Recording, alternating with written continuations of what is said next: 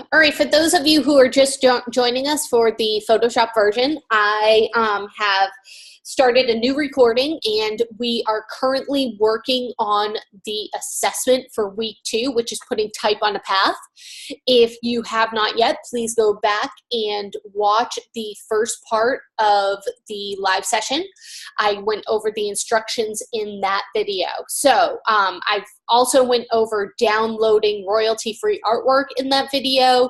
So if you're just starting here and you're a little bit confused, you'll probably have to go back and watch the first video. It's only about 15-20 minutes. Okay, so let's get started. Now remember how I was telling you that we're putting type on the path, but there was one other thing I was going to go discuss. Oh yes, it's 5 by 7. All right. And I kind of went over it when I was downloading this at a full version. So we need this to be 5 by 7. So I'm going to check the image size. Let me hide that. And currently my image size is 3 by 3, but it's 300 DPI. So what that means is I can make this 5 by 7 at 72 DPI, and it's okay for JPEG to be 72 DPI. I'm okay with that. If you want to leave it as 300 DPI and have a high-res version, that is also okay. So again, I went into image size, and that's how I can tell what size my image is. So you'll notice, all right, if I change this to 72 DPI, you'll notice it makes my image smaller, but it's because I'm using less pixels. I'm only using 72 pixels per inch instead of 3 pixels per inch, or 300 pixels per inch. When I go back to the 300, you can see the clarity is a lot better. So let's say that I wanted this to be 5 by 7, but I want it to be 300 DPI. So you're probably thinking, well, why don't you just put in 5 by 7 and make it, keep it 300 DPI. Notice how he started to get like really pixelated here. Like, let me see how we started to get really pixelated. You can see all the jagged edges. That's because I'm oversizing, I'm upsizing this image bigger than it was originally saved, and that causes pixelation. So that's why you want to make sure when you download a photo that it's going to work at the size that you need it to work. And again, so I can't keep this at 300 DPI. So my option is that I can either use a different photo, or I can make it 72 DPI and change it to 5 by 7. I think I just killed my Photoshop here. Maybe not. What are you doing?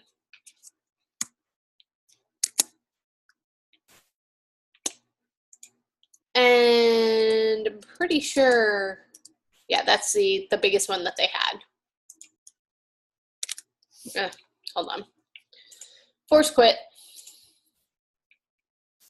If you ever get the beach ball that's just spinning and spinning and spinning, if you hit Command Option Escape, that'll force quit you out of your program. You will lose what you're working on. So again, always save and save often. So let me look at this puppy photo now and see what this puppy photo is. All right, so this one's 17 by 11 at 240 DPI. So I can unclick resample, change this to 300 DPI, change this to 7, whoops. Try that again. Unclick resample, change this to 300 DPI, and you'll notice it brought down the size to 13 inches. Re-click resample. This can get a little bit tricky. Change this to 7. Ooh, I'm just off, so I'm going to change this to 5, and then I'll crop this, the width of it. So what you want is you want to make sure you can get at least one of them to either the 5 inches or a little bit over the 7 inches, and then you can crop it to the exact size you need. and then this kept it at 300 DPI. So I'm going to do my example on this. I'm going to show you how to make this 5 by 7. So I'm going to go to my crop tool, which is, where did it go? Right here. And I can put in a ratio right here. So I can put in 5 by 7. And then when I start to click, nope, whoops, 7 by 5. Whoops, my bad. There we go. It will automatically put my bounding box to the 5 by 7 size. So that's what I'm gonna do, is I'm just gonna crop it. And I wanna crop out the grass. I don't wanna crop out my cute puppy. Hit enter, and enter again, there we go. And now I have a 5 by 7 at 300 DPI image of a puppy laying on the grass. So remember how I had told you that there is 2 ways that you can put your type on a path. I'm gonna show you the first way, which is using the ellipsis tool, and I'm gonna put my type on a circle. So maybe I want to find a quote about puppies, because I need to put some type in here. So why don't I put quote about puppies? See if I can find a cute quote.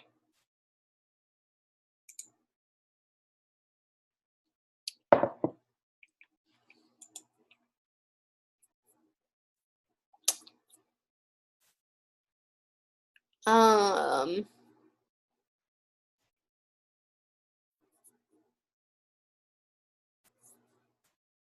right, here's a good one. I'm convinced that petting a puppy is good luck. That's a good one. So I want to put the type on a path, but I think I'm going to put her name on the path. The person, Meg Donahue, who said the quote. I'm going to put that one in a circle. So I copied my quote just so I have the text, so I don't have to remember how to write her name. And you'll notice I clicked on my ellipsis tool down here. I did not click up here. And I have it auto went to path. If it says shape, you'll want to fix that. You want to change it to path. And I want to have a perfect circle. So I'm going to hold down the shift key while I'm pressing and drawing my circle, so that way it will be a perfectly formed circle. I'm going to put it right here. There we go. And then the next thing I need to do, and this will be a little bit tricky, you might have to get the hang of this a couple of times, is I'm going to go to the text tool, and I'm going to hold down, and I definitely want the horizontal type tool. And I need to come, let me zoom in so you can see a little bit better. I need to come and put my type tool right on this path. And you'll notice when it connects with the path, it changes from having this bounding box around it. See how there's a bounding box around the type tool? And then all of a sudden when I'm on the path, it changes to that curved line. That's how I know I'm on the path now. And I can click. And it puts a type cursor right on that path, and I can type right on this. And I definitely want to change my font from Chalk Duster. Let me see.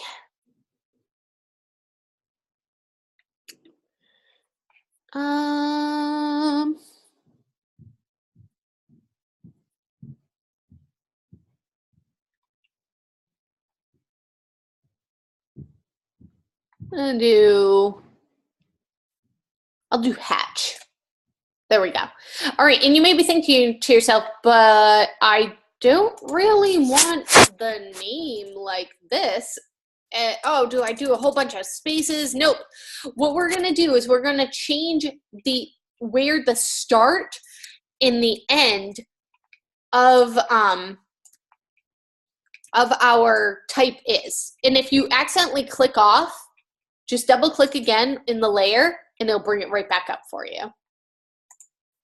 So I'm gonna go to here it is, the path selection tool. And again, I'm going to have to zoom in. And this is going to be one of those other ones where you're going to have to just kind of get a feel for it. It's really hard to express how it feels when you're working with it. And you'll notice that I get these black arrows. It's on the left right now, and now it's on the right. So when I click and drag them, see how it's dragging the start of my text box? Well, there's another end to my text box right here. So, oops. If I want it to kind of be centered, I can do that.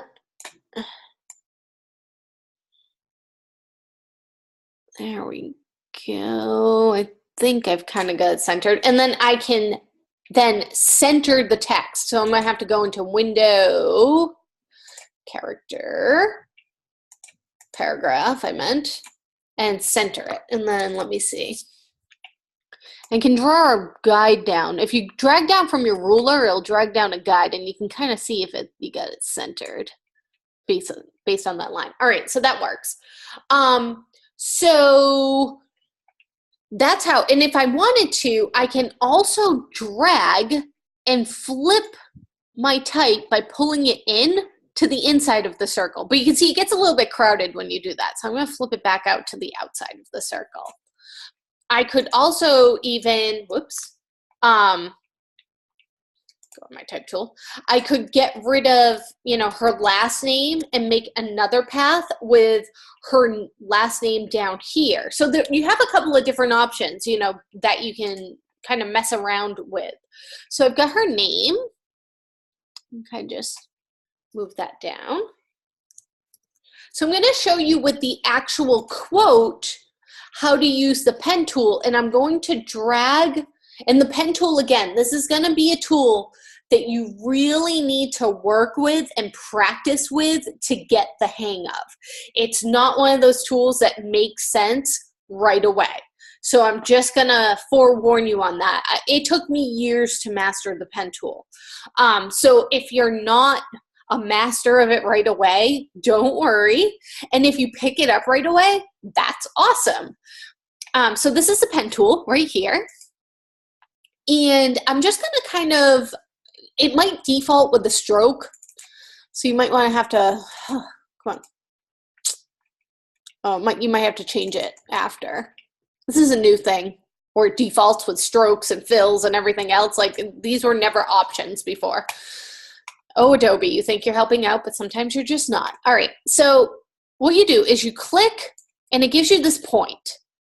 And you can use the curvature pen tool, which will automatically draw the curves for you. I am going to show you how to use it, the default pen tool, and how to actually draw those curves yourself. So your first point is right there. I'm going to draw a second point right here, and I'm going to click and start to drag with my mouse. I never remove the pressure from my mouse. And you'll notice, whichever way I drag, I can move the curvature of that line. So that's what this does. And you'll also notice that it does this annoying, so click and drag, and it's adding a fill, which is horrendous. Click and drag. And you really want the least amount of points possible. And end. And get rid of this awful, awful fill. None. And get rid of the stroke. None. Thank you. I don't know why it defaults to that now.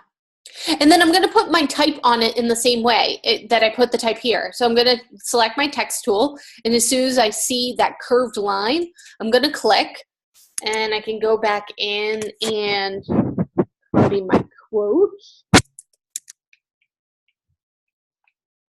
Double click, there we go. And paste. And you'll notice that it defaulted to give me about 1 character's worth of space for some reason. So I'm going to have to drag this with my direct selection tool all the way down to the end. And I'm probably gonna have to fix my font. Might need to be a little bit smaller. There we go. And I'm not feeling right here how that line is. So I'm gonna select it. And I wanna go to, I'm gonna go into my options and I wanna go to the white direct selection tool. And I'm going to just kind of click where my points are and I'm gonna adjust my curve a little. By adjusting that curve, kind of fixing, and to adjust the curve, you kind of pull on the little points there.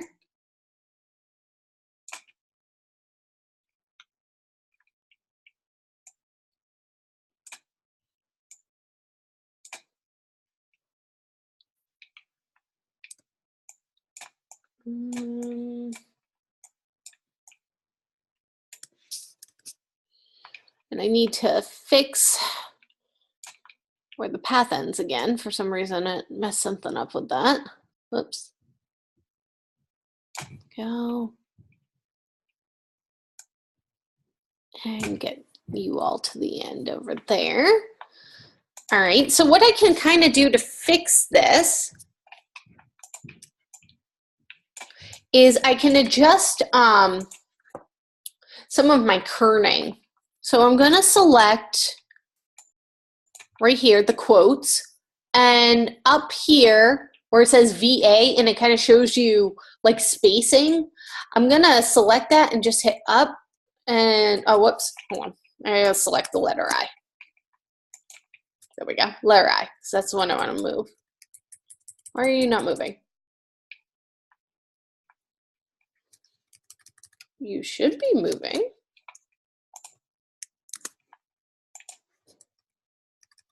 Why aren't you moving?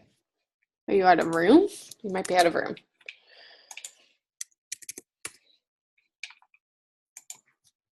Nope, you're just being weird. That makes no sense. All right, no, really? There we go. All right. Let me try that again.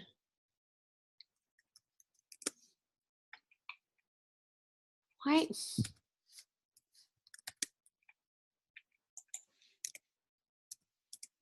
All right, that moved it a little.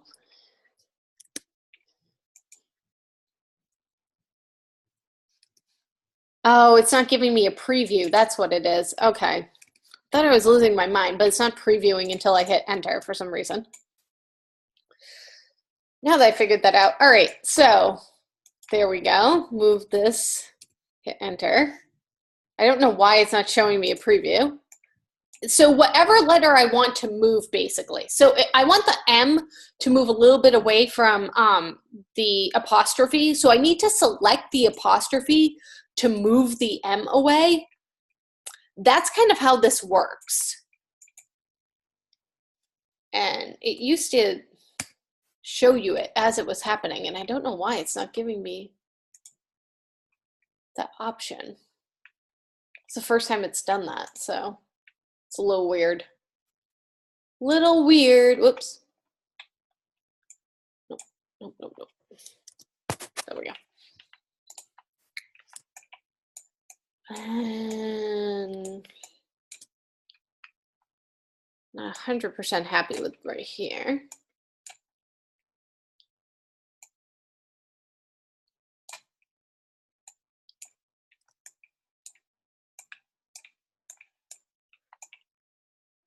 So let me fix right here where the P and the Y are.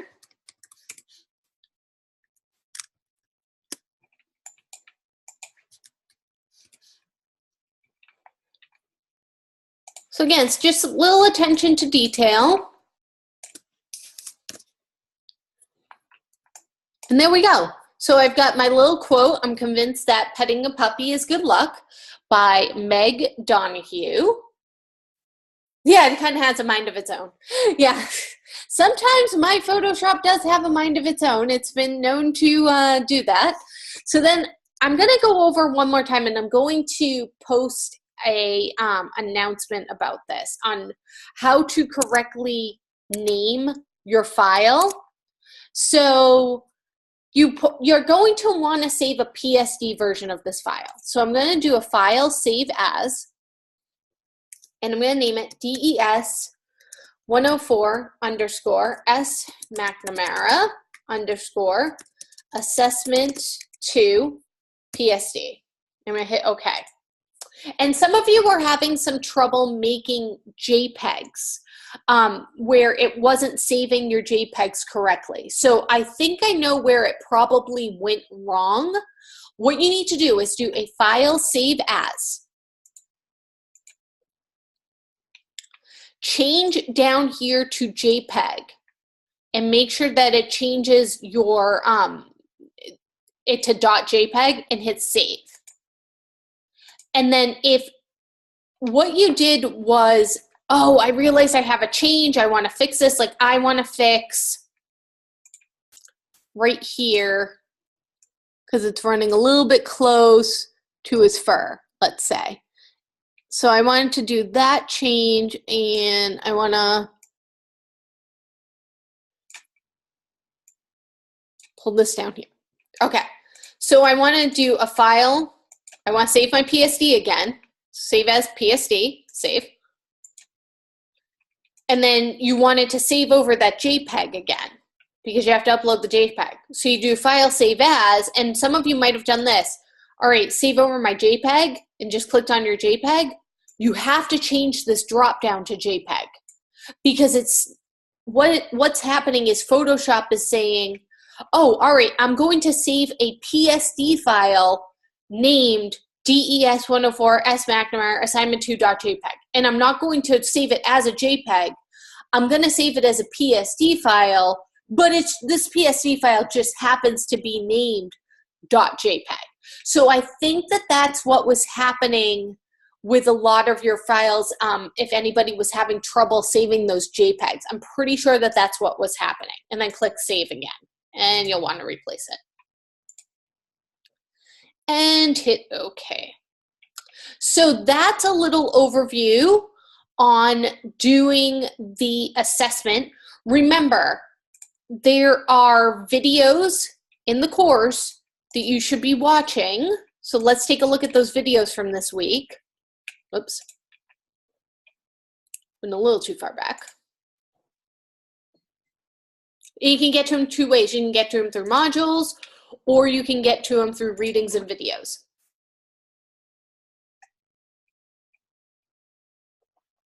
So week 2, you want to watch this video first, and then there's also a photo touch-up and spot healing tool video for this week. There is a working with type 2. And again, if the interface looks a little bit different, which it might, let's see how different it looks. I don't think it looks that different.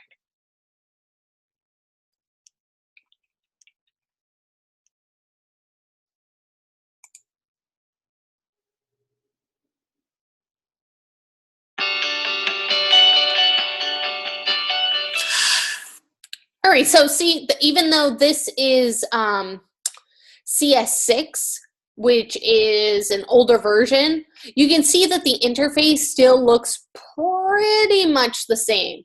So it's not going to be that different for you. You know, it's even the coloring is still the same. So, you know, if a couple of things are in a couple of different areas, you know, don't freak out. It will be fine. So, you know, make sure that you are watching those videos. Make sure that you are watching the live session. Just kind of, you know, try it a couple of different times. It's going to take some practice and some, you know, some work to get it right. All right. So that is the assessment for this week. And again, make sure you're going over everything in the rubric and everything looks good and you're uploading things correctly and you're uploading them on time. Now let's take a look at the assignment for this week. So we are going to be, and this is a big Photoshop project and it's fun. We are going to be retouching photos because that is mainly what you're going to probably do in Photoshop, retouching those photos. So for this assignment, you're going to choose 2 of the photos below, and there's 3 different links so you can download them. So let's just take a quick look at them. 2, 3, to retouch. 1, 2, 3.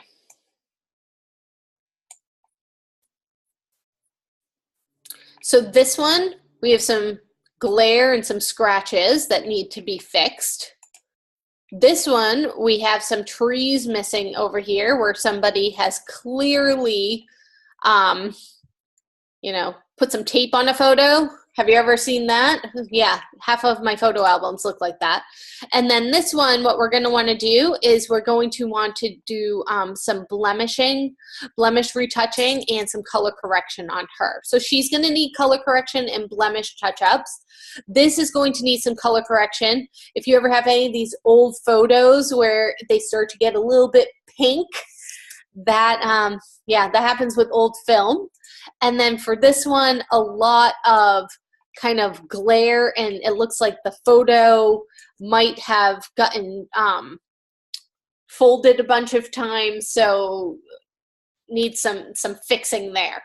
So those are your 3 images, and you need to choose 2 of them that you can touch up. After opening the image, you want to click on it to save it to your desktop. And then the requirements for this assignment are to save your files as JPEG files, and then watch those file sizes, because they can start to get really big when you are working. And again, always save your native PSD format. And we will definitely, you know, definitely look over the rubric before you upload it. Saved as a JPEG, you know, did you remove all the blemishes, color corrected, exposure fixed, images print ready, same thing for both of them. So that's what you're going to be graded on this week. However, I am going to show you 2 different photos that I am going to color correct, but we're basically doing the same thing. It's just going to be on 2 of my own photos, because I don't like to do the exact assignment for you, because I feel like people get a little bit too hung up sometimes on what exactly I am doing, instead of, you know, figuring out some of the steps by watching my tutorial. So I am going to be, fixing first this picture of, it's actually my grandmother. Who's right here. I have no idea who any of these other people are, and I have no idea where this big fake elephant is from. And it's too bad, because my grandmother's no longer around, because I would really love to know the context of this photo. So if anybody has ever seen this big elephant and knows what it is, please let me know, because I have no idea what's going on in this picture. And it looks as though she's possibly on a date, and that might be my grandfather. If so, they're very young, and I'm not sure. I'd have to ask my mother. But anyways, now that we've taken a little trip down history lane. All right, so what I like to do before I start any photo retouching project is I open up the photo and I make a copy of it. I don't like to mess with the original version and then have nothing to go back to. So just in case. So what you can do is drag your layer that has the original on top of that piece of paper, the blank piece of paper right here. That'll make a copy of it, and then just turn off, and you can even lock it. You can lock that layer so that way you can't accidentally put anything on that layer.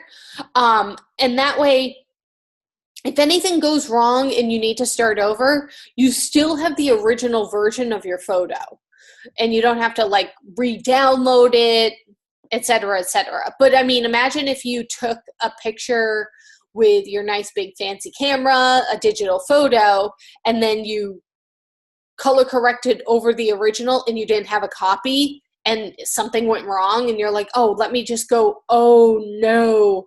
So it's a really good habit to save a copy, a layer in your Photoshop version your PSD file of that original. So that way, if you mess up, you know that you have the original somewhere. So a little bit of a pro tip from somebody who has not done that in the past. All right, so the first thing, there's a lot of tools that can help you to kind of get rid of some of these scratches and little imperfections. One of them is the spot healing tool. So it looks like the little Band-Aid. And yeah, it kind of works like that, but it's not the same. And there's a couple of different ones. So there's a healing brush tool, a spot healing tool. So I'm going to use the spot healing tool first. And you want to kind of start to draw from an area that looks correct. And see how it kind of got rid of some of those lines? I'm just kind of drawing over the lines, there we go, to heal them. And you kind of got to go in, oh, there we go, like kind of click sometimes right where it is correct, and then click. So once you get a good enough area fixed with the spot healing tool, I can show you a different tool that'll do this a little bit quicker. And this is why it's not perfect. It might put a little bit of some imperfections where you've already changed them. And the thing is it's not intuitive. It doesn't know what's the imperfection and what it is that you're trying to fix. So it's kind of guessing based on the pixels around it what needs to be fixed. So I have a whole photo here, so you can see how this is this might take me a minute to do. But I've kind of fixed like a good enough section right here that I can show you another tool, which is the clone stamp tool. And this one, again, it's going to take a little bit of getting used to. So I'm going to click on it, and you're going to see a brush.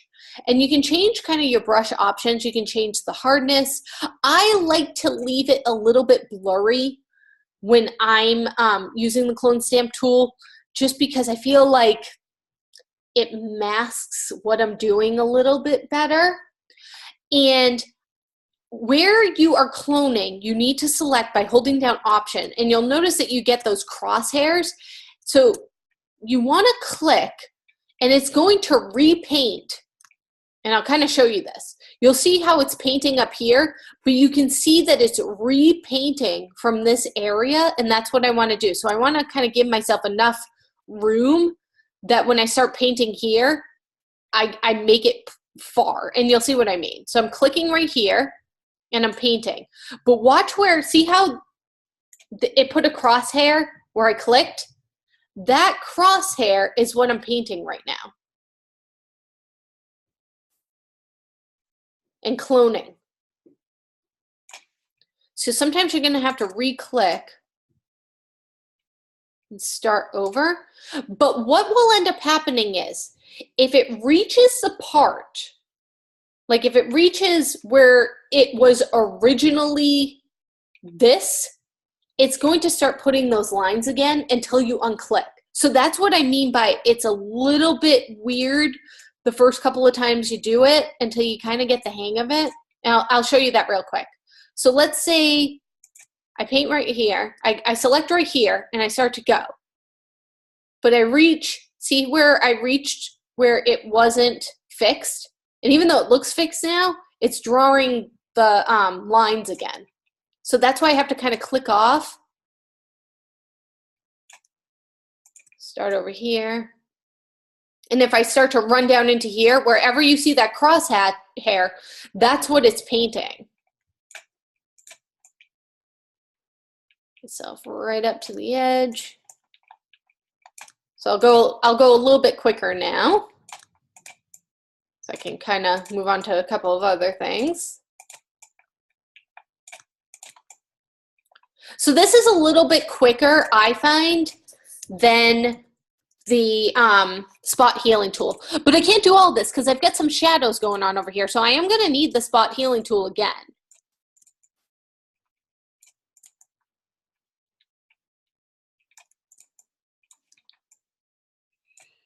I think I might pull it out now.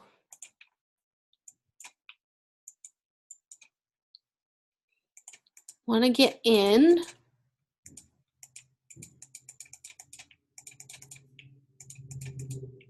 Fix some of this shadow area.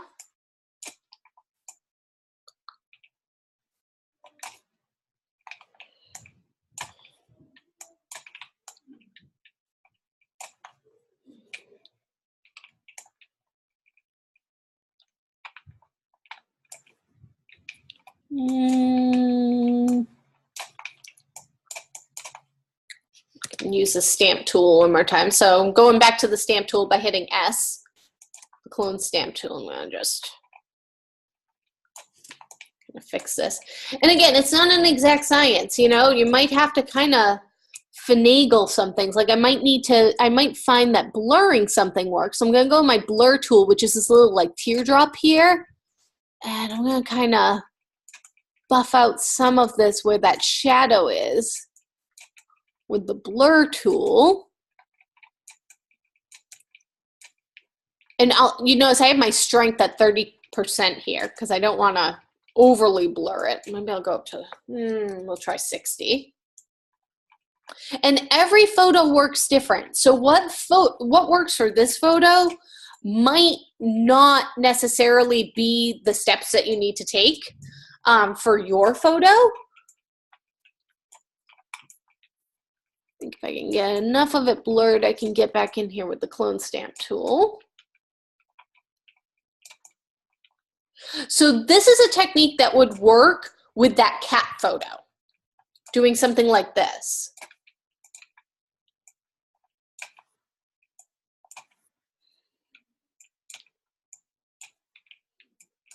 And you'll notice I'm kind of following the different curves of the different color ranges that I have here.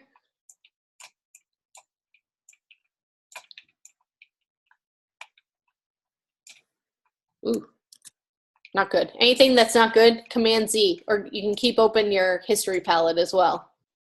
So you can kind of, oops, that's not what I wanted to do. I'll close you up, move you over here, you over here. There we go. All right, a little bit more room now.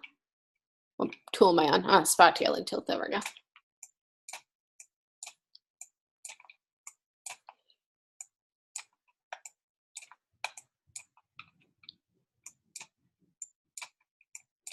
And it's when I'm getting really close to the edges, it's pulling in the very subtle white of the edge. It's kind of screwing me up. So I would carry that on. Then when I get down to the faces, I'm gonna go in and I want to give a little bit of contrast and definition to the face. So I'm going to use the burn tool and I want to just darken a little bit where the eyes are. So I want to darken the shadows and probably the midtones. And I'm going to start at 30% again and just very lightly draw over a couple of different features that I want to accentuate. And then I'm going to change it to midtones and make this a little bit bigger. Zoom out a little. So that gives it a little bit more definition. I'm going to fix. You can get rid of those extras and then you'll be able to see a little bit better. I'm going to really zoom in there. I'm going to use my clone stamp tool, really small. And I'm just going to hit those little dark areas.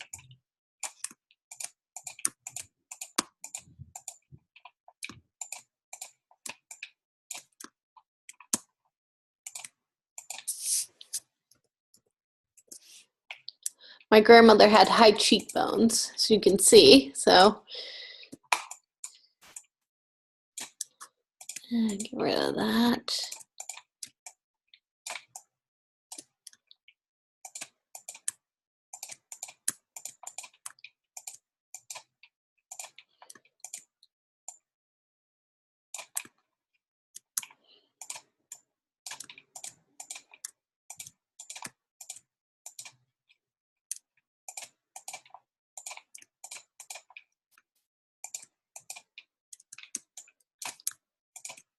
You notice I'm selecting right near where it is that I'm trying to fix. And old photos, a lot of them have these like little like watermarks or color marks on them. So you'll want to kind of go in and get rid of those. And you really got to zoom in to see what you're doing.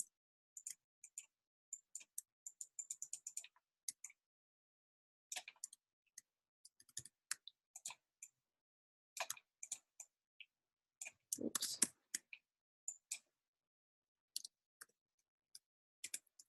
Change your opacity too if you're not quite sure and you want to go over it lightly first.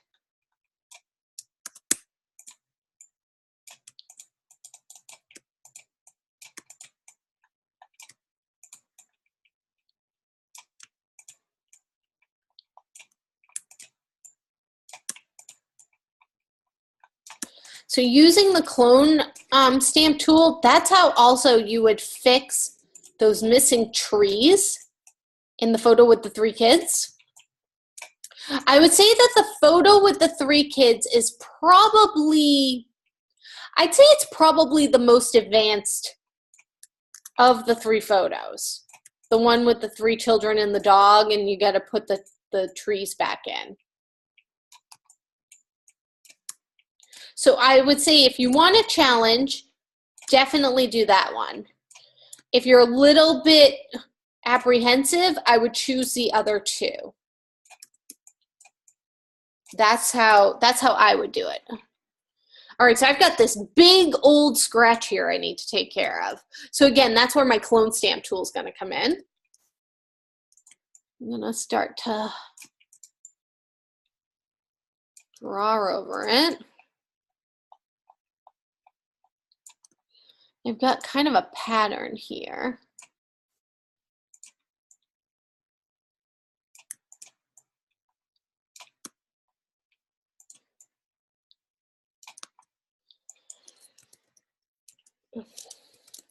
Opacity back.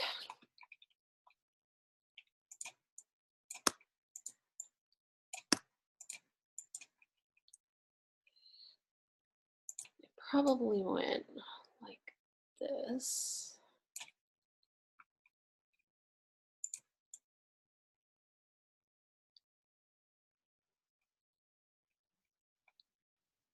There we go.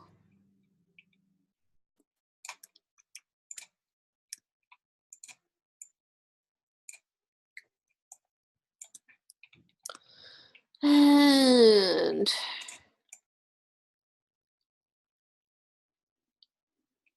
right here, which also needs to be fixed anyways, because I've got, oops, so many scratches. Let me try spot healing this.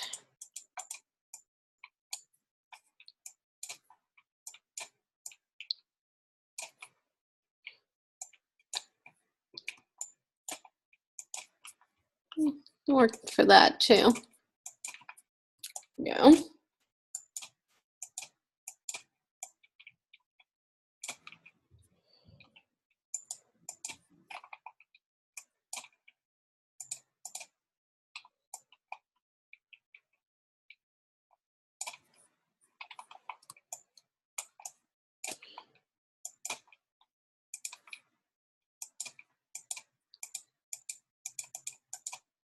I have to kind of fix her purse a little, I think.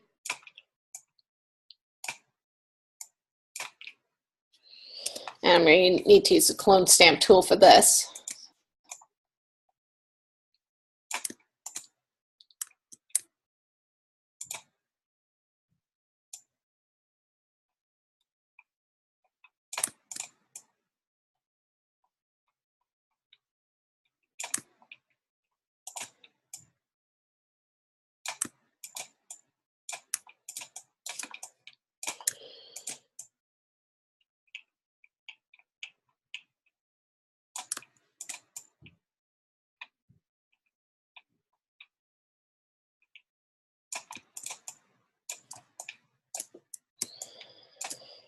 And I can probably go back to the spot healing tool.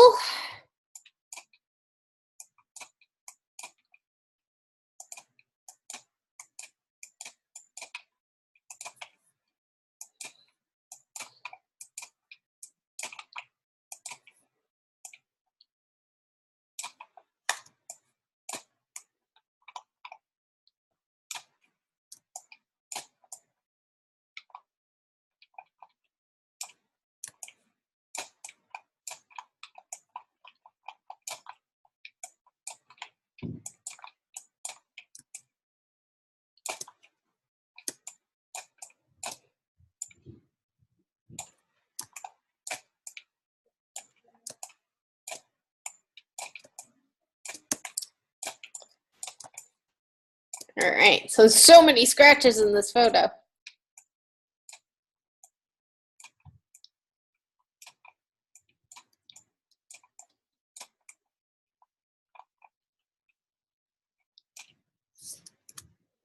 But it's starting to come together, as you can see. Oh, here's another big one right there. This would be a good one for the clone tool. Get rid of that. Looks like an ink mark.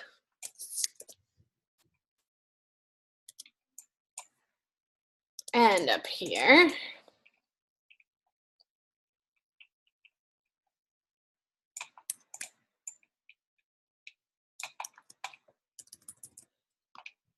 Brush a little bit bigger.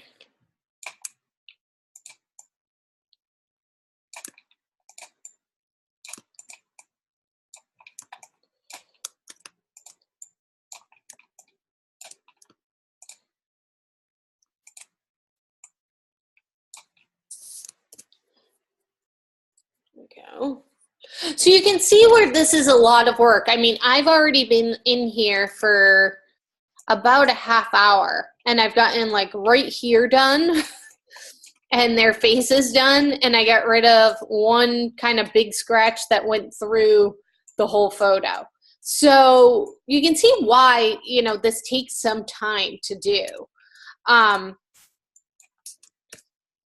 And where, you know, the attention to detail really starts to come in. So I also want to color correct this a little bit. You know, I want to bump up the contrast a little bit. It's a black and white photo, and we do a little bit more color correcting in color photos, I find, than we do in, you know, black and white photos, but I can still kind of show you this. So I'm going to adjust the layers. So I want to go into image adjustments, and I'm going to pull up the, not the layers, the levels, sorry. I'm going to pull up levels, and it's kind of weird to explain this, but basically when you start to drag things this way, it gets a little bit darker. If you drag them this way, it gets a little bit lighter. If you drag in the middle, you kind of like adjust the midtone. So it's kind of like you can turn on the preview to make sure, you know, what you're doing. And it's pretty much a science using your eye, and then also kind of, you know, looking and seeing like what's going on. Let me pull up the info.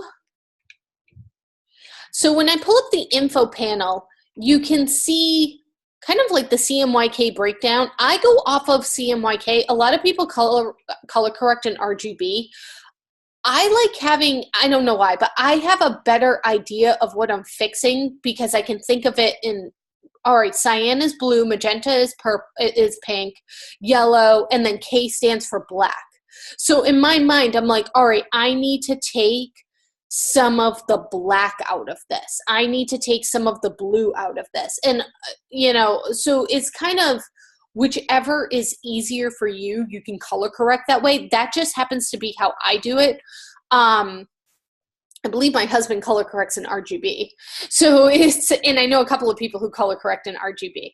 And then you have your output levels down here. And again, that kind of starts to just fade things all together. So levels is not always the best way to get all of your color correcting done, but you can do some minor tweaks, you know, just to add a little bit of contrast in. Just gonna darken it up just a little bit. and then hit OK. The best way to color correct, I think, is to use curves, which is under Image Adjustment Curves. And again, I'm just going to do this one in because it's black and white in RGB. But what you do is you start to drag the palette up, the curve line up, and then you can kind of curve it back down, and just very subtly you can watch what's happening in your photo. You know, color correct your photo. And again, it's hard to tell on a black and white, but I'm going to color correct an actual color photo later. And you can just start to add in a little bit more, you know, lighten it up a little bit, a little contrast. It, you know, again, it's one of those things where you kind of got to get a feel for the tool to kind of see the different things that it does. You can get really in depth and go just into the red channel. So add more red, take red out. See what I'm doing? Green channel, take green out, add more green. Blue channel, same thing. Add more blue, take blue out. That looks a little bit better, and okay. So that's a little bit of color correcting a kind of like black and white stuff. But I want to really show you some color correcting with the color photo. So I'm gonna do a file, save as, and I'm gonna save this as DES 104 S McNamara assignment 1. I'm gonna save it as a PSD file first. And then I'm going to do a file, save as, save the same exact thing as a JPEG using the format button down here. And you can name them 1, 1A, 1B, 1C, that'd be fine. Or 1_1, 1_2, 1_3, or 2, 1 and 2 for your photos. That's completely fine. I'm going to close this out, and I'm going to open up another image that I'm going to color correct. So here is an image that I took of my baby, but her face is a little bit dark, so I want to start to brighten it up a little bit. So again, some people like to color correct in RGB. I personally like to color correct in CMYK. So I'm going to change it to CMYK. I'm going to go up to image mode. Oh, what is up with my mouse? There we go. Mode, CMYK. I hope my battery's not dying. That would be typical. And I'm going to color correct in CMYK, and then before I save it, I'll turn it back to RGB mode. That's how I like to do it. Again, I'm going to have that info palette up, so if you don't have it open, it's window info. And I just like to kind of see, you know, what is going on. And in her face, I can see that there's a lot of magenta, it's 75%. There's a lot of yellow, 86%, and it's 35% black. So that's really a lot of black, which is kind of muddying up this photo. And then 35% cyan. So when I took this photo, I didn't have the flash on, which is why it, you know, the light from back here is brighter, and I didn't get any light on her face.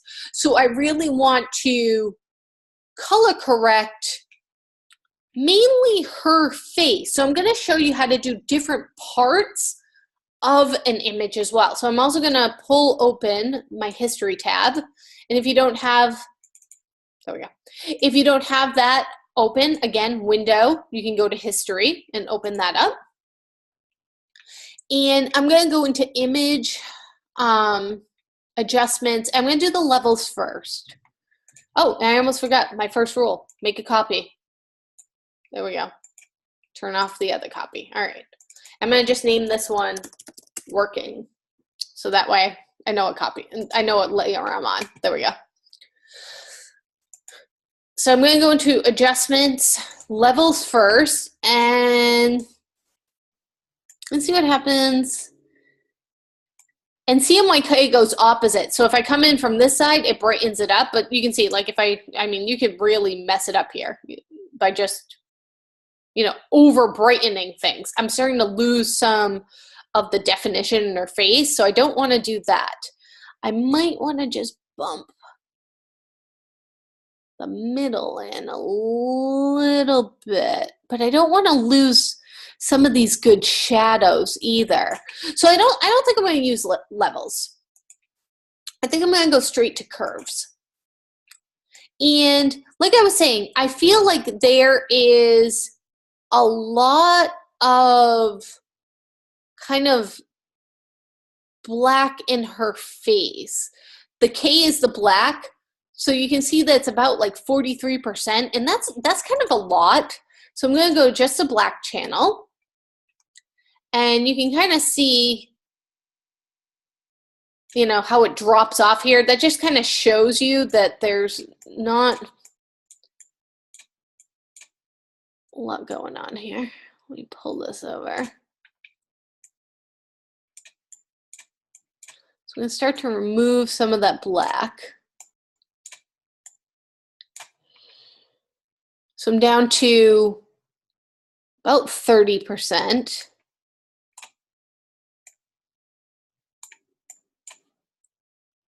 18%. 18% is about good. So that's good. And then I've got about 70% magenta. So I'm gonna swap it over to the magenta, and you can kind of see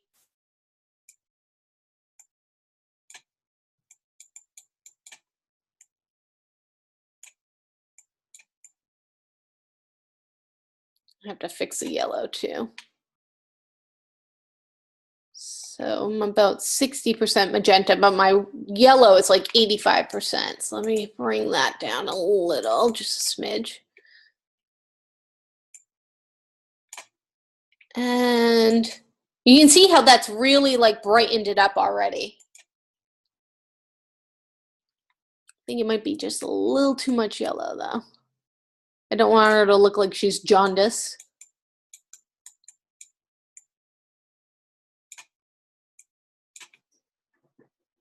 All right.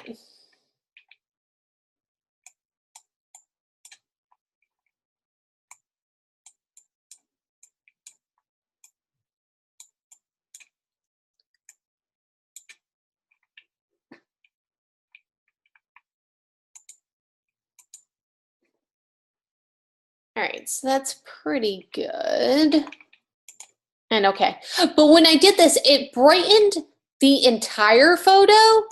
And you can see like I'm kind of losing some of the warmness of my photo. It looks really washed out right now. So what I'm going to do is I'm going to use this thing called the history brush. And there's two ways that you can use the history brush. So I can be on this level, this history layer called curves, and I can paint out everything that I want to change back by clicking here on the history brush and starting to paint. Or what I can do is realize that really I just wanted her face to be brightened up, and I can click on name change and put my paintbrush to the curves layer and start to paint, which makes a little bit more sense. So I'm going to do that. And you'll notice I don't have my opacity at 100%. I've got it at like 60% because I might not want to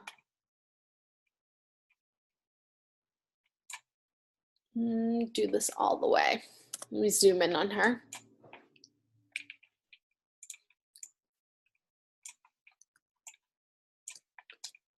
Get our little chubby hands there. I'm trying to avoid the shadows because I want to leave the shadows the way that they are.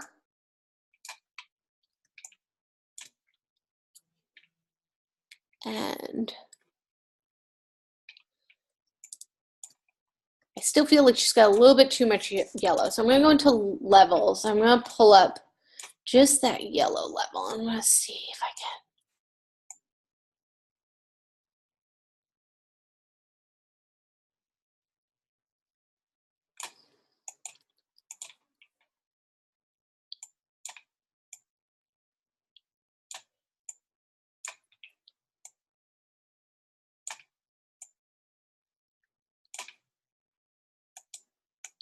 There, that kind of took care of it.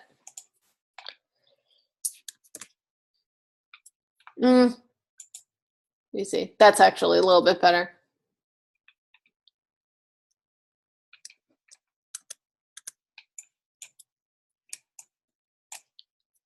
And I can get rid of some of, oops.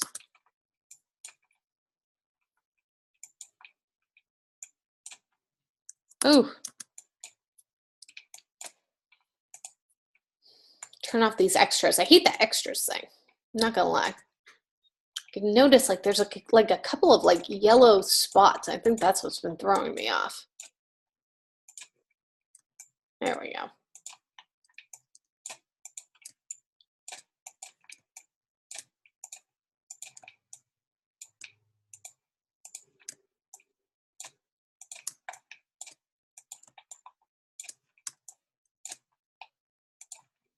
And then I can even go so far as I can brighten up, you know, the whites of her eyes. So I might want to do that with the dodge tool.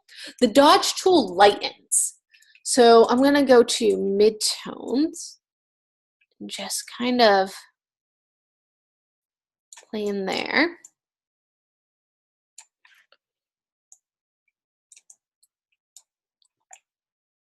And then I want to burn in a little bit of the color of her lips. So I'm going to change it to the burn tool.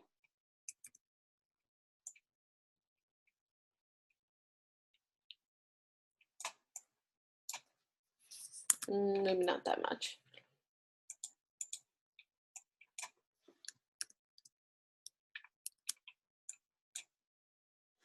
Gives her a little bit of contrast there. And gonna go back to the dodge tool, and I'm just gonna lighten up right here.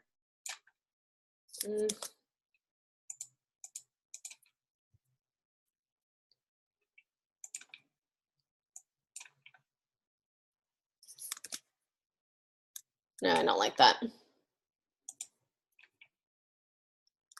So again, it's, you know, it's not always an exact science. And then burn in a little bit of her hair. I'm gonna change it to probably 20%.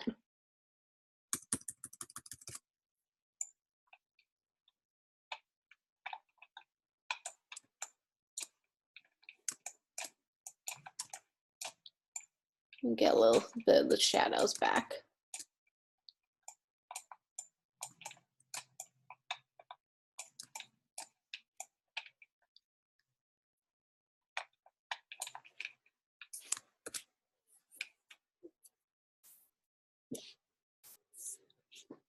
And I'm gonna give her a little bit of a blur. Just a little bit to get rid of some of that pixelation. Try Gaussian blur, very low.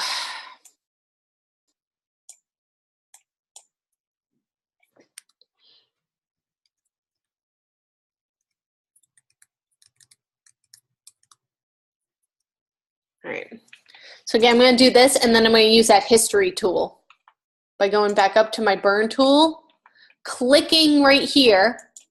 So it gives me the history brush, and then I need to go to the history brush. And I'm gonna just do it at maybe 30%.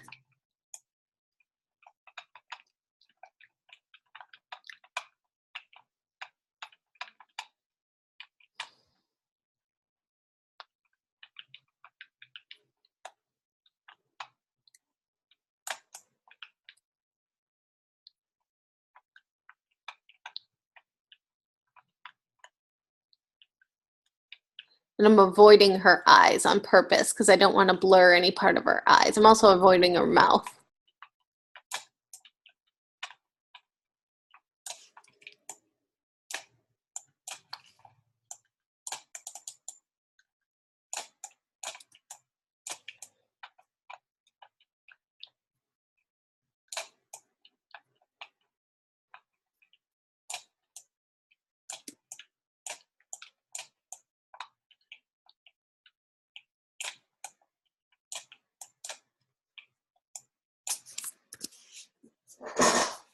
right, so you can see how I've started to lighten her up a little bit from where it was at the beginning. If I turn the other one on. This isn't a perfect color correcting job, I'm not gonna lie. And the reason why is I dragged over the low res of the image. I didn't drag over the high res of the image. It's kind of small. But you know, you might have some times where you kind of have to, you know, do that. And if you're not, let's say you're not 100% happy with it, I can turn this layer on and maybe change it to like 80, maybe even 70%. So the other layer starts to shine through, maybe even less, 65%, and merge these two layers. And that actually looks a little bit better. It's not as dark, not as light. I think that looks perfect, actually, at 65%. So sometimes you kind of gotta fool yourself. Like you might have to go a little bit over what you needed to do, and that's where having the original underneath it, you can see I just have this overlaying it at 65%, which just brightens her up enough and gets some of the original color shining through. And I think that that's probably the best of both worlds. So I can do a file, save as. And again, if I was saving this for my assignment, I would name this like 1B.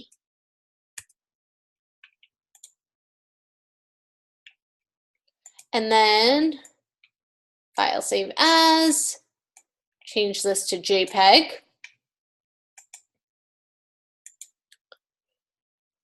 And name that one. And then double check your files.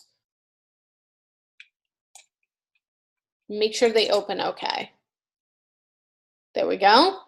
Oh, and one thing I didn't do, which I'm going to do right now. I'm going to change it back to RGB. So image mode RGB. And don't flatten. So save that PSD file and file save as a JPEG. Sometimes if you save a CMYK JPEG, it screws it up. Replace. So it's a good thing to always double check your files, as you can see, and then that changes it. I've got a nice small 630 kilobyte file size. You can see my PSD file was 15.7 megabytes. So those are some good file sizes.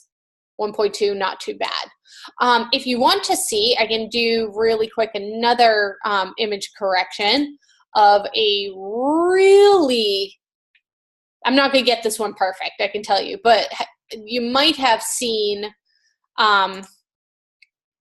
if your family was like my family and always forgot to get their film developed, you might have had photos that look like this. Whoops, 6 by 4. I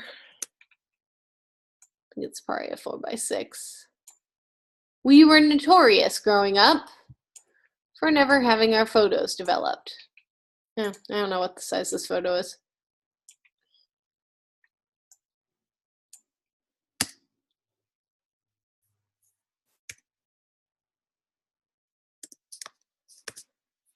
So I'm going to attempt to try to color correct this. And I'm going to let you know it's not going to be perfect. It's really, really difficult to remove and fix a photo like this. So I'm going to change it again. First, I'm going to change it to CMYK because there's a lot of magenta in here. And I'm going to go right to curves and right to that magenta channel and take a look at it. And you can even do something like this. You can even open up your channels palette and take a look at which channel has the most color, and you can see that that magenta channel is just so saturated, but there's hardly any yellow, and there's almost no black at all. So this was from film sitting in a drawer for probably 2 years before it was developed. And that's my mom. So, this is what happens with your pictures. They used to get really, really pink when that happened. And the film used to come on these discs, I remember. It wasn't even rolls of film. And those were notorious for doing that because you would take the disc out and kind of throw it in your drawer. And if you didn't, get it developed right away, the air getting at it like really messed it up. So this one's going to be a little bit difficult to fix, but let's start on the magenta channel. And I'm going to pull up the curves again. So image adjustment, curves. And I'm going to start to lighten up that magenta channel. But I need to be aware that I've got almost nothing in my black channel for shadows. So I can't just wash out this magenta because I'm going to lose all of the definition in this photo. So I'm kind of drawing like an S curve here, and you'll notice it's lightening up the highlights but darkening the shadows, and that's kind of something that I need to do. I need to add a little bit more contrast into this image. So I'm going to do that for this one. Hit OK. We'll go down into yellow, and again I'm going to pull up in curves, and I'm going to try to darken up the yellow a little bit. Make a little bit of a backwards S almost. Adding a little bit of yellow in.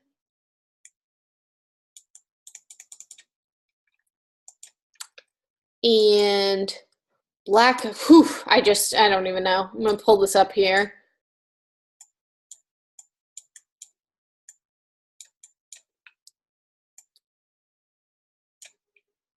Make a really sharp-ish S curve. And cyan might be my saving grace. So let me see if I can add a little bit of contrast in the cyan level.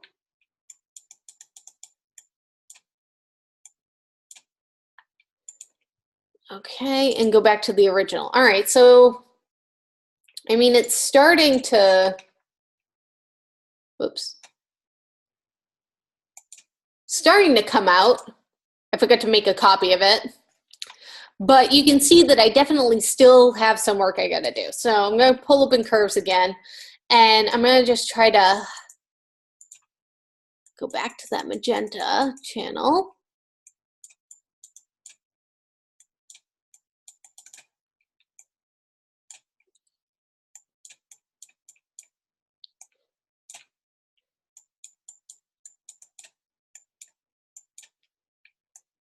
And yellow, we definitely need some more yellow because there's a green tree in there. Okay. And I'm going to go also up to, now that I've done a little bit, I'm going to try auto tone and see what it does. That kind of fixed it a little bit, auto tone. And maybe try auto contrast. Not too much, but it added a little bit more contrast in. So again, I can try that blur technique that I just used on the last photo. I can go up to filter. It's the last thing that you've done will show up. So filter, Gaussian blur. All your blurs are down here. They're all different. I just had, when I have like kind of pixelated photos like this, I've just had good luck with Gaussian blur. So that's why I've been doing this for a couple of years. That's why I tend to go to that one first. And see, and you can kind of watch it here. You can kind of drag it. I'm going to drag it over to the face.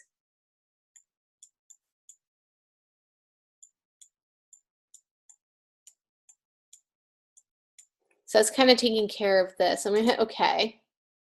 And then I'm going to go up and use a history brush.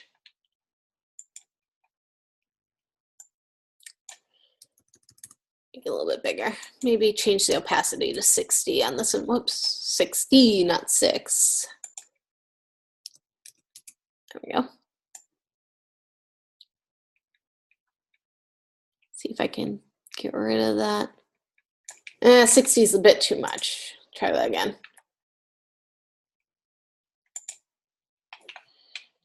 Maybe 30 was the better option.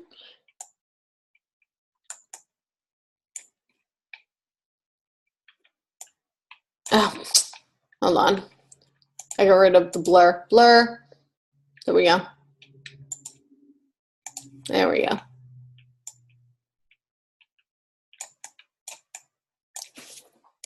Zoom in a little.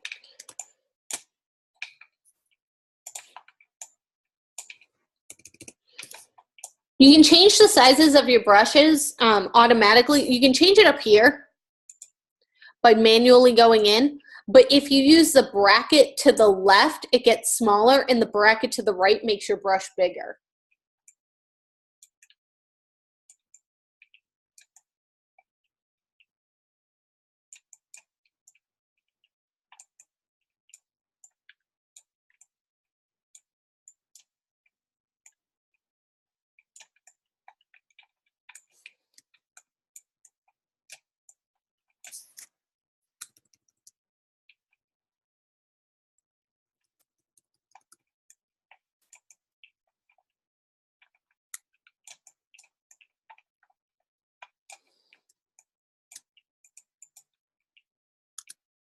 And I can kind of try to darken up the eyes a little bit, whoops, with the burn tool. Bring that down. Maybe the mouth area and eyebrows. Go in and get some definition in with the hair. So again, this photo will never be perfect because it was too far gone. But you can start to at least get a little bit of definition in a photo like this, so not all is lost. You can go to the blur tool, maybe manually hit the hands under here, and smooth out the hair.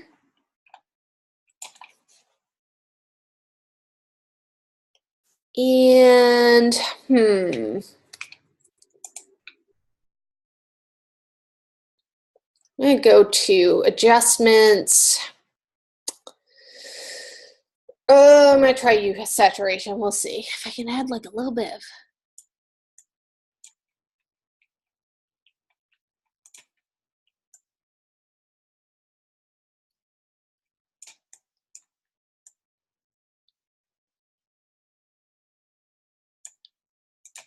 This is gonna look weird, but again, go back, history brush. I just wanted to add a little bit of green to the tree.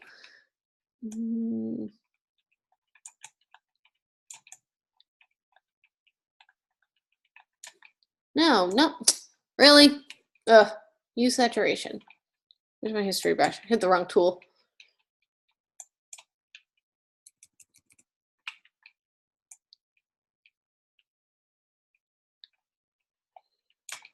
Manually try to draw in some green.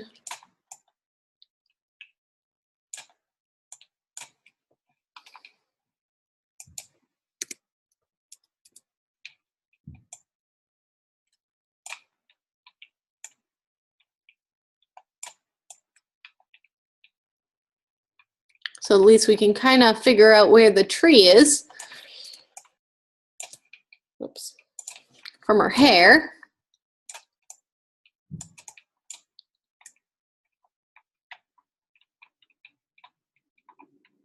And I'm not 100% certain this is a green tree at this point. I mean, like, that the tree actually was green. This may have been at my grandmother's house, and she did have a bright silver tree from what I've been told. I don't, you know, that was all the rage back then. All right, get in there.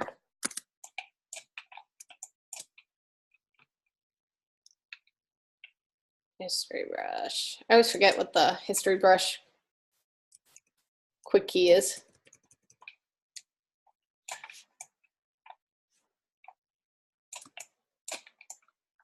See all the garland, that's definitely silver, so we'll leave that.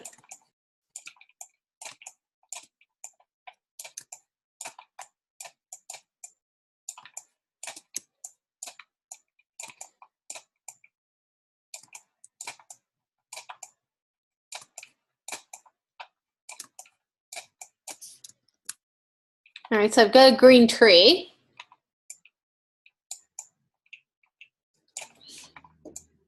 Feel like we're getting somewhere.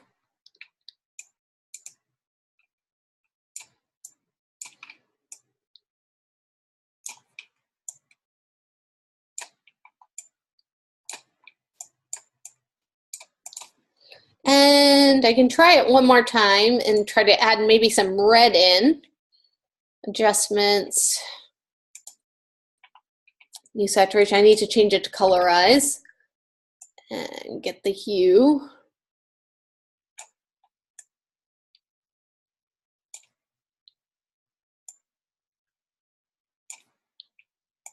Red. Hit OK. Ah, nope. Command Z.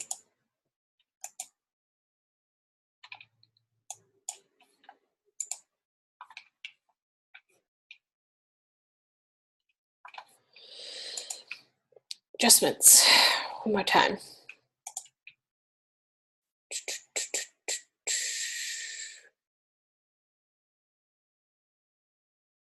Don't want you. There we go. All right. I was gonna say, I don't want that other hue saturation coming on. There we go. Adjustments. Hue saturation. Colorize.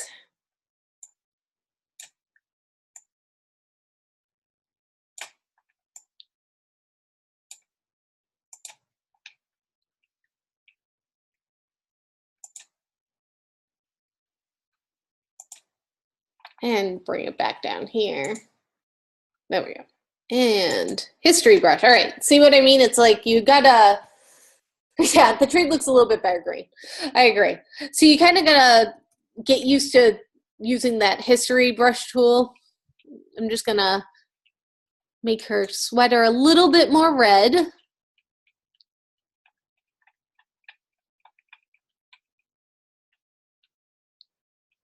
And there was a couple of ornaments that were red.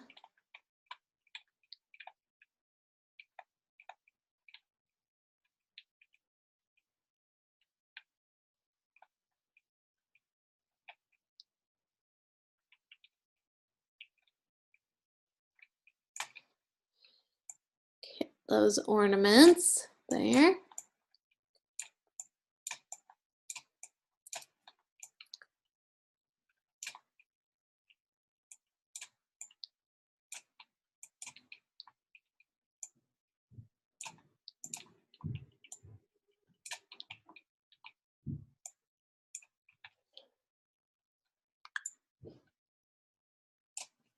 There we go.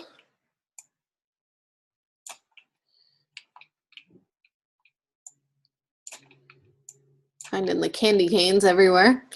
Oh, here's one.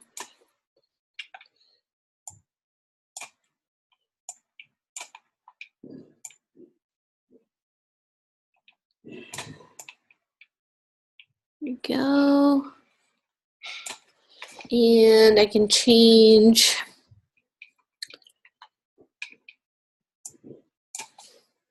that. All right.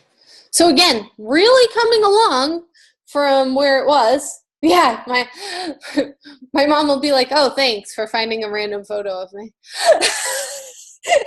And color correcting it for your class. But who knows? She might be happy. I'll be like, little did you know, but you were my model this week. So yeah, so you can see that I mean, it's basically night and day. So I'm going to save this one, save as. I'll name the C.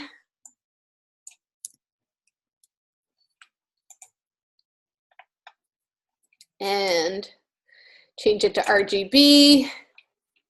Save it as a JPEG.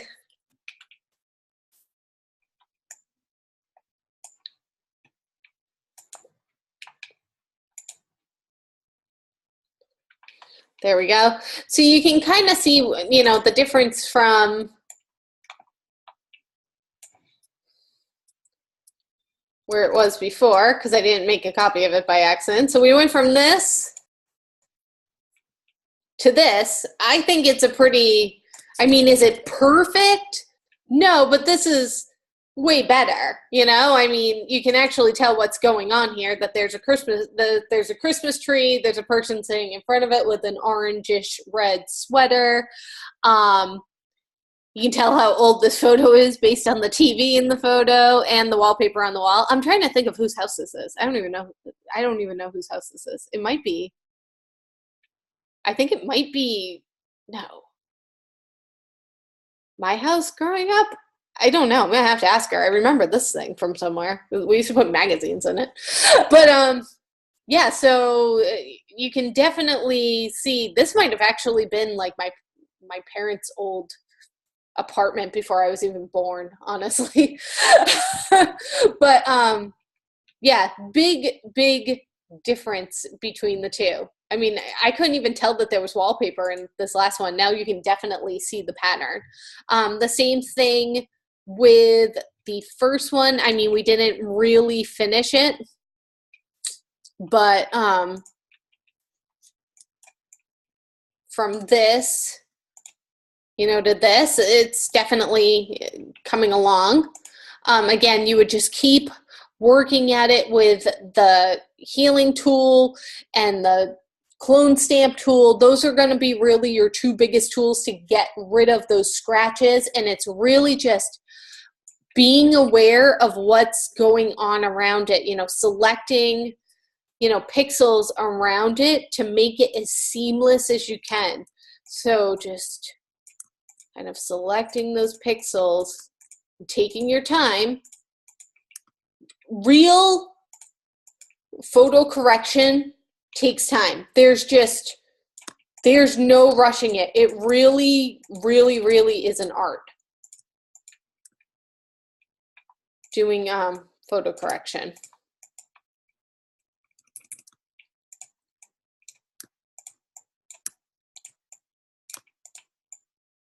So you gotta just keep selecting. And your photos aren't as bad. I mean, the one with the cat definitely has some scratches and stuff in it, but obviously nothing like this one. We found this photo in an old album. So I'm gonna have to ask my mom who's in it. Might be like an uncle or something. It might be one of her brothers. My grandmother was one of 6 children, I think it was. So, you know, the big family. So again, just, you know, make sure that you're taking your time with these assignments. Don't wait until like Friday to start them. And then once they are done, you're going to save them as those JPEGs. Make sure you turn them back to RGB, save them as that JPEG.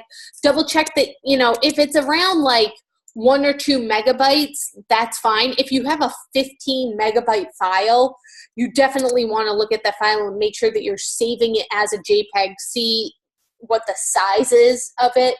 You know, if it's like really huge, bring down the size, because a JPEG shouldn't be that big.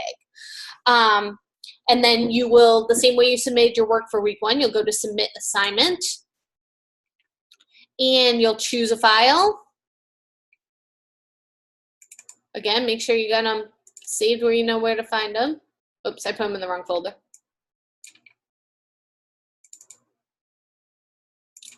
And you'll upload those JPEGs and you'll just click choose another file. And make sure you have the correct naming convention. I'm going to put this in an announcement for everybody, but make sure that you have the correct naming convention. So before we stop for tonight, is there any quick questions that I can answer that you don't mind asking in the live session?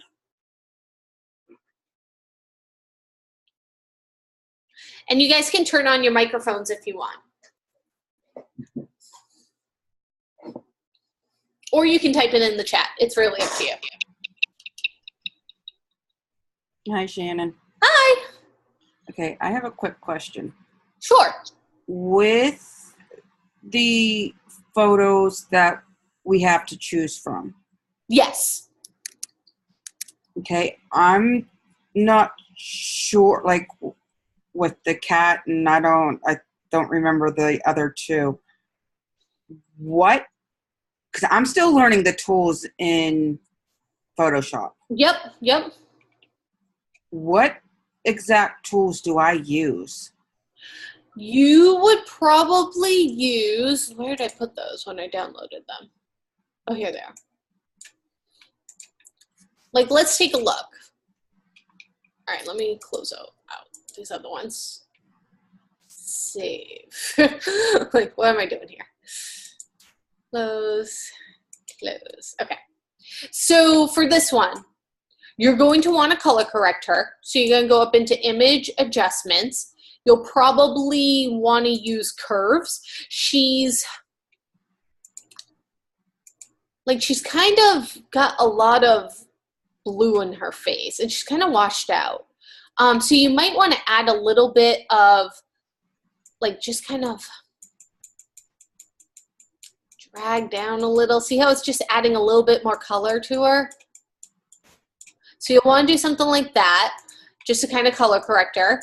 And then you're going to get rid of some of these blemishes. So you can try the spot healing tool, which is that one that looks like a Band-Aid, and just kind of select to try to get rid of some of those blemishes that you see in the photo. Mm-hmm. And you're just going to have to kind of go around kind of doing that. Like there's some over here even. Don't forget outside of her, there's some like going on that gradient in the background. And you're just going to kind of have to like slowly work your way around the photo doing this with that spot healing tool. And then you might need to use the clone stamp tool, which is the one where you hold down Option and you select somewhere where you want to start cloning from. So like, let's say, like, see how it's like kind of a weird color right there? Mm-hmm. I want to clone that out. So I'm going to start here because the color is more correct right here. And then I'm going to slowly, paint. And I'm just going to keep kind of selecting from the area that I want to. And you can kind of see how it shows you what it's going to do. So I might even do that. And then like select right here, kind of fix that. Here to fix that, you know, stuff like that. But you really just gotta slowly go around the photo and see what needs to be fixed. Like you don't have to take out freckles, but you can see where there's some bumps and stuff like that that you might want to just smooth out.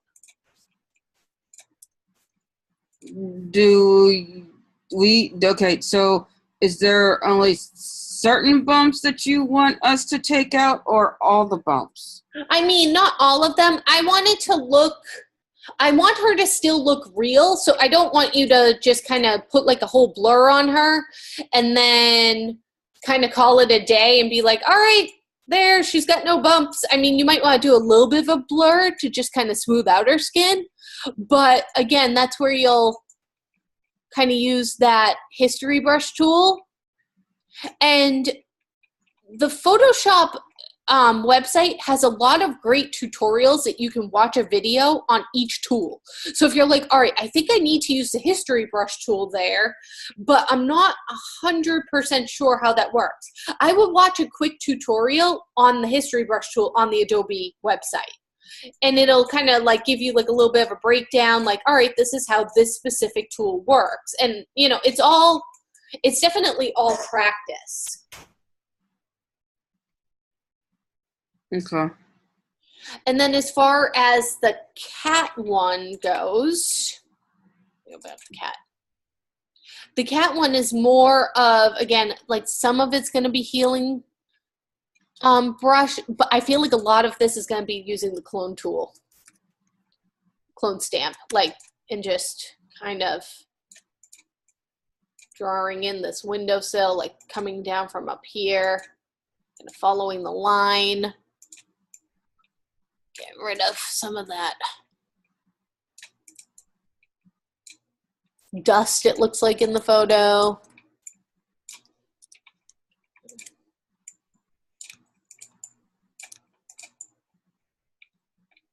Like I had to do this weekend. My cousins were on one of those Christmas trains, and they had a great photo taken with them and their kids and Santa, and there's all these people in the background, and my cousin said, hey, can you just take out the people in the background for me? And I was like, yeah, I will do that for you. It was kind of like this, like go and just kind of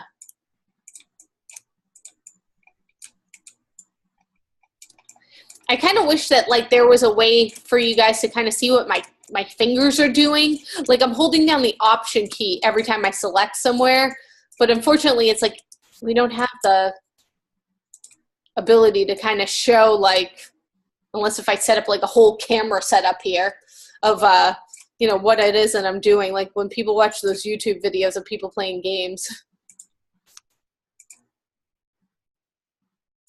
And you'll notice, see how I'm like selecting and I'm kind of lining it up to see where before I click. That's kind of how you do it. Select, and then it kind of gives you a preview of what it's going to put there, so you can kind of visually see what it looks like. And you just got to follow the lines of the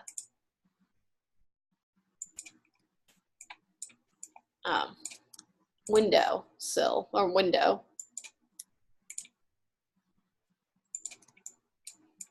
So it doesn't gotta be completely perfect, just all the blemishes and stuff taken out. Right, right. You want it to look like you could print this for somebody, you know, like this one I think is probably the best out of all of the photos. Like the other two are clearly like old photos that were scanned in, you know, like the one with the kids in the trees. You're going to have to get in here. This is going to require the clone thing. Yeah, no, I have to start over here, right now. You know, and start over here and figure out how to put in this tree. You gotta get enough of the information in there to kind of make it over. It's just a lot of work, that's all. You know, just gotta do it. Maybe add in this. Yeah.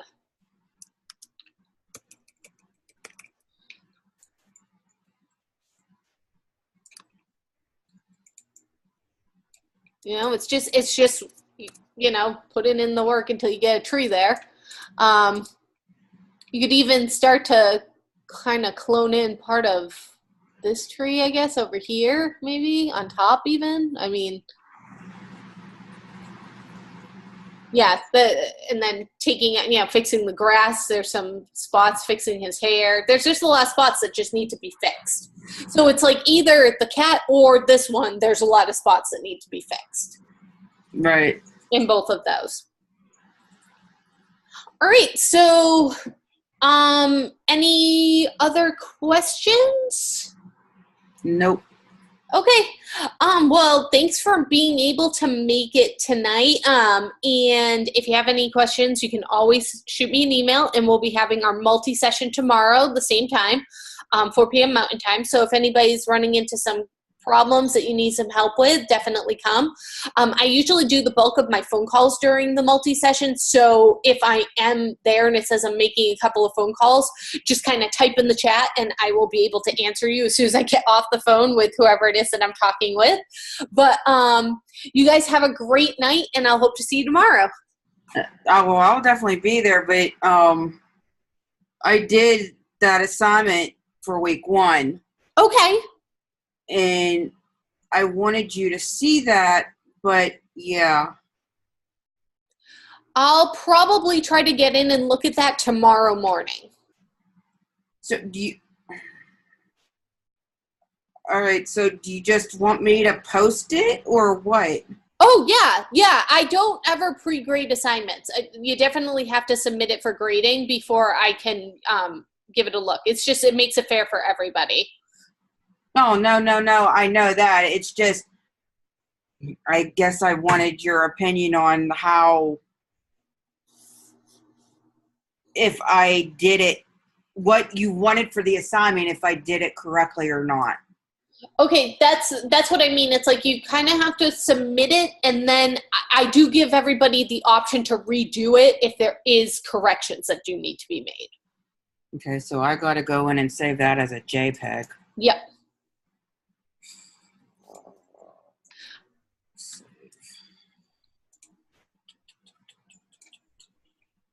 All right.